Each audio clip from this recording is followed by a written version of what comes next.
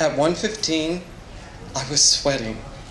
At 1:18, a man by himself who was maybe 65 years old stopped by and asked, "Are you single?"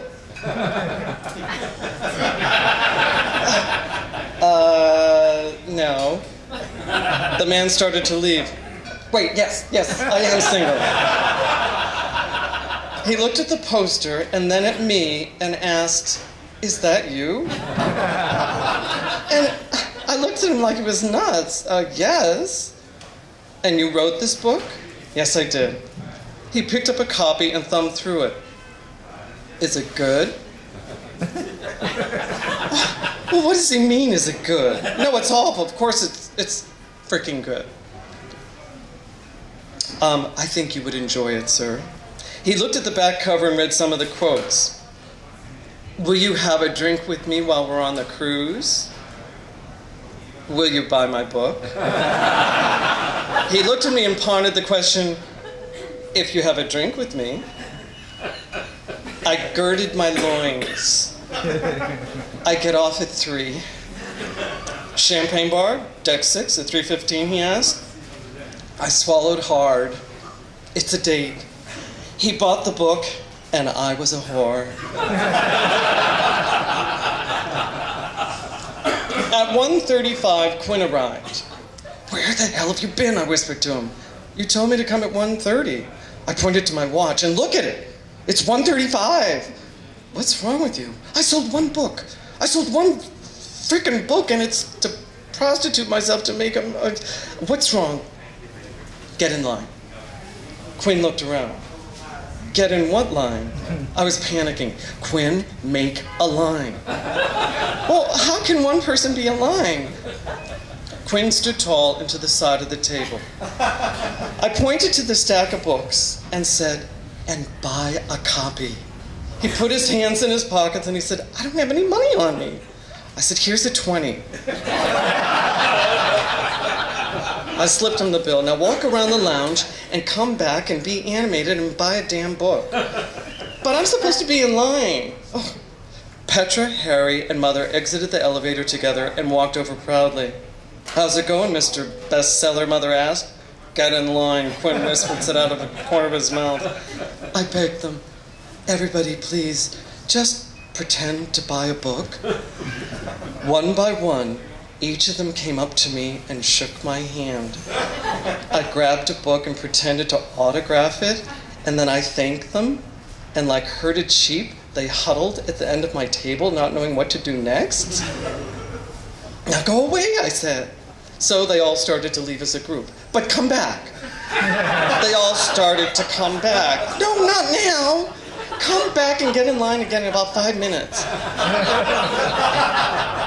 I busied myself pretending to sign a book. Quinn walked away saying, "This is so sad." "I heard that," I said, not looking up. The book signing, to say the least, was a complete disaster. I stuck it out for almost an hour and then closed up shop. I told him to meet me at 3:30 at the Champagne bar to rescue me from my prostitution, and surprisingly, they all showed up on time. "Ah, where's your John?" Quinn asked as they saw me sitting alone at the bar. "He stood me up," I said pathetically. I pointed across the hall. "Let's hit the casino."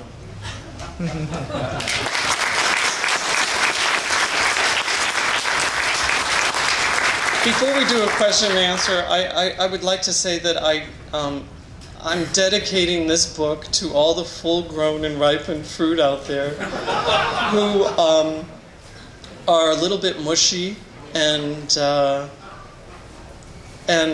still hopeless romantics. And if anyone ever dare put you back up on the shelf because of your color or the way you feel or the way that you taste, just remember that slightly bruised fruit always makes the best preserves. I also have one other... Oh, I just saw my poster. I like that. Can I have that? I want to thank, in the book I acknowledge 2 brilliant, beautiful doctors. I'm going to get upset. And one of them is here tonight. Dr. Neera Kapoor last year saved my life. And if it weren't for her and Dr. Chandrasekhar and the brilliant Jamie Gurley, I literally would not be standing here tonight. So from the bottom of my heart, I thank you. So, question.